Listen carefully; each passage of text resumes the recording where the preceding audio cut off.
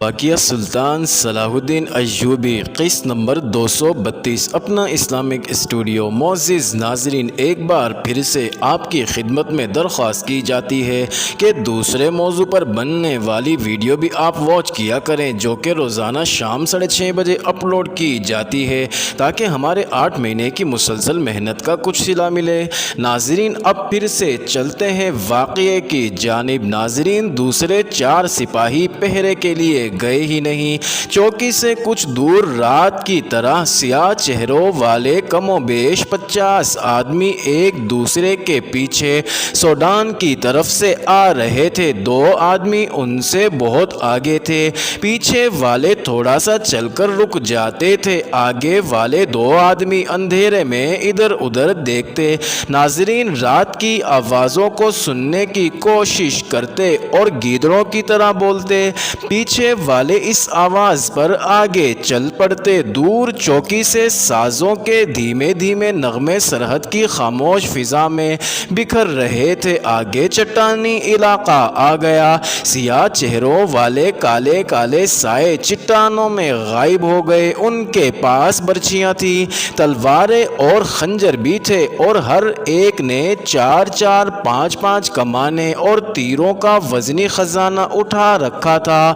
ان کے استقبال کے لیے وہاں 3 آدمی موجود تھے۔ ان میں سے کسی نے آنے والی پارٹی کے سردار سے ہنس کر کہا، لڑکیوں نے کام کر دیا ہے۔ ہاں، سردار نے کہا، ہم ان کے سازوں کے نغمے سنتے آئے ہیں۔ میں نے 10 آدمی وہاں تماشائیوں کے بھیس میں بھیج دیے تھے۔ ان میں سے ایک نے آ کر اطلاع دی تھی کہ محفل گرم ہو گئی ہے اور راستہ صاف ہے۔ گشتی سنتری بھی ناچ گانے میں چلے گئے ہیں۔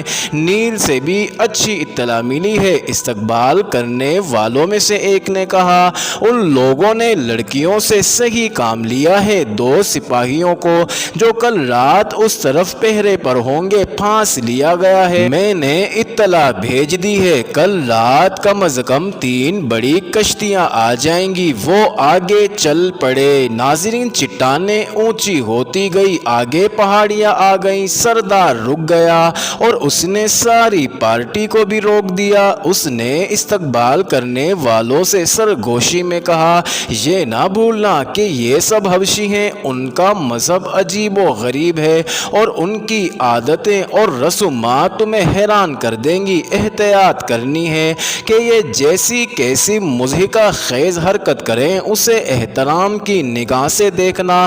ہم انہیں مذہب کے نام پر لائے ہیں، انہیں جھانسا دیا ہے کہ انہیں اس جگہ لے جا رہے ہیں جہاں خدا رہتا ہے، وہ خدا جو ریت کو پیاسا رکھتا، سورج کو آگ دیتا اور آسمان سے بجلی اور پانی برساتا ہے۔ ہاں، ایک مشکل پیش آئے گی۔ یہ لوگ جنگ سے پہلے انسانی قربانی دینے کے قائل ہیں۔ یہ ان کا سردار بتائے گا کہ قربانی مرد کی دینی ہے یا عورت کی، یا ایک مرد اور ایک عورت کی۔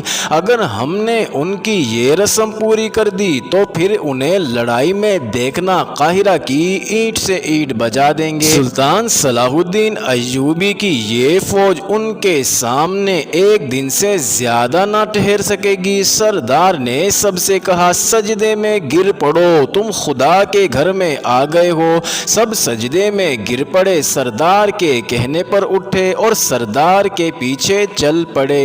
ناظرین، یہ سوڈانی حبشی تھے جنہیں مصر میں داخل کیا جا رہا تھا۔ انہیں چھپانے کے لیے اس پہاڑی خطے کا انتخاب کیا گیا تھا۔ فرعونوں کے وقتوں کی غار جو دراصل زمین دوز عمارتیں تھیں، بہت بڑی فوج کو گھوڑوں اور اونٹوں سمیت چھپا سکتی تھیں۔ سوڈان میں خون خوار حبشیوں کو ان کے مذہب اور توہم پرستی کے ذریعے اکٹھا کر کے فوجوں کے خلاف لڑنے کی ٹریننگ دی جا رہی تھی۔ لڑنے کے تو وہ ماہر تھے، ان کے قبیلوں کی جنگیں ہوتی رہتی تھی، تیر اندازی اور نشانے پر برچھی پھینکنے کے وہ ماہر تھے۔ ناظرین، سوڈان کے حکمرانوں نے صلیبیوں سے معاہدہ کر کے بہت سے صلیبی فوجی افسروں کو بلا لیا تھا۔ وہ ان حبشیوں کو منظم اور باقاعدہ کمانڈ کے تحت لڑنے کی ٹریننگ دے رہے تھے۔ اس سے پہلے سوڈانی فوج 2 بار شکست کھا چکی تھی۔ تیسری جنگ اس وقت ہوئی تھی جب سلطان صلاح الدین ایوبی کے بھائی تقی الدین نے سوڈان پر حملہ کیا تھا۔ سوڈانیوں نے یہ حملہ ناکام کر کے تقی الدین کی فوج کو بری طرح بکھیر دیا تھا۔ تقی الدین سلطان صلاح الدین ایوبی کی مدد سے اپنی بچی کچی فوج واپس لے آیا تھا۔ اس میں سوڈانیوں کی ناکامی یہ تھی کہ انہوں نے تقی الدین کا تعاقب نہ کیا اور مصر پر حملہ نہ کیا۔ ناظرین، اگر سوڈانی تعاقب کرتے تو تقی الدین کی فوج اتنی تھکی ہاری تھی کہ مصر کو سوڈانیوں سے بچا نہ سکتی۔ ان ناکامیوں کو دیکھتے ہوئے صلیبیوں نے سلطان صلاح الدین ایوبی کا طریقہ جنگ آزمانے کی اسکیم بنائی تھی۔ انہوں نے دیکھ لیا تھا کہ سلطان صلاح الدین ایوبی کم سے کم نفری سے زیادہ فوج پر شب خون قسم کا حملہ کرتا اور جم کر لڑنے کی بجائے اپنے دستوں کو گھما پھرا کر لڑاتا اور بڑی سے بڑی گٹھی ہوئی فوج کو بکھیر دیتا ہے۔ انہیں یہ بھی معلوم تھا کہ اس قسم کے حملے کے لیے بڑی ہی سخت ٹریننگ اور خاص قسم کے سپاہیوں کی ضرورت ہوتی ہے۔ عام قسم کی فوج صرف ہجوم کی صورت میں لڑ سکتی ہے۔ چنانچہ انہوں نے حبشی قبائل میں جنگی جنون پیدا کر کے تھوڑی سی فوج تیار کر لی تھی اور انہیں شب خون کی ٹریننگ دی تھی۔ وہ قاہرہ والوں کو بے خبری میں دبوچ لینا چاہتے تھے۔ ناظرین، اب سلطان صلاح الدین ایوبی مصر میں نہیں تھا۔ انہیں یقین تھا کہ سلطان صلاح الدین ایوبی کی غیر حاضری میں وہ میدان مار لیں گے۔ انہیں اس حملے کی کمان کے لیے ایک ایسے جرنیل کی ضرورت تھی جو مصر کی فوج کا ہوتا کہ وقت اور قوت کم سے کم صرف ہو اور حملہ صحیح ٹھکانوں پر ہو۔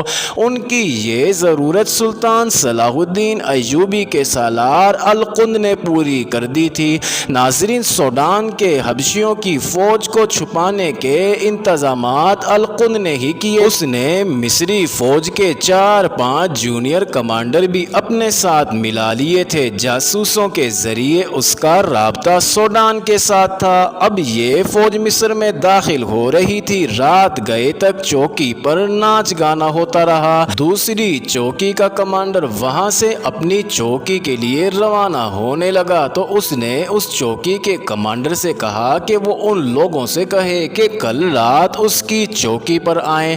ناظرین، سازندے مان گئے۔ انہیں اور جانا ہی کہاں تھا، وہ تو سوڈانیوں بلکہ القند کے بھیجے ہوئے لوگ تھے۔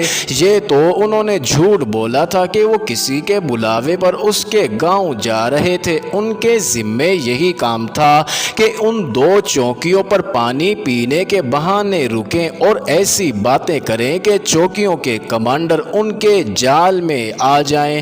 ناچنے والی لڑکیاں دلکش تھی۔ کمانڈر ان کے جال میں آ گیا۔ اس نے دریا والی چوکی کے کمانڈر کو بھی بلا لیا اور 50 حبشی سرحد پار کر کے پہاڑیوں کے پیٹ میں غائب ہو گئے۔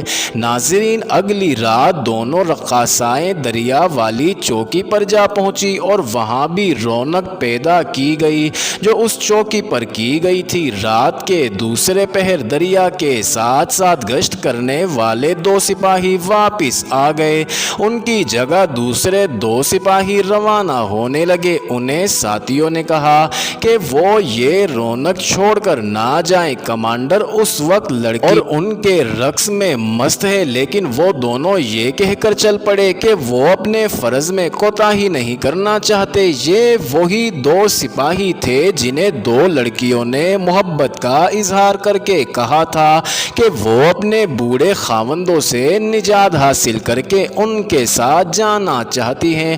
انہیں فرض کا اتنا خیال نہیں تھا جتنا ان لڑکیوں کے پاس پہنچنے کا اشتیاق تھا۔ ناظرین، لڑکیوں نے انہیں کہا تھا کہ وہ انہیں ملیں گی۔ معزز ناظرین، یہ انٹرسٹنگ ویڈیو جاری ہے۔ اگلی ویڈیو قسط نمبر 233 میں دیکھنا مت بھولیے گا۔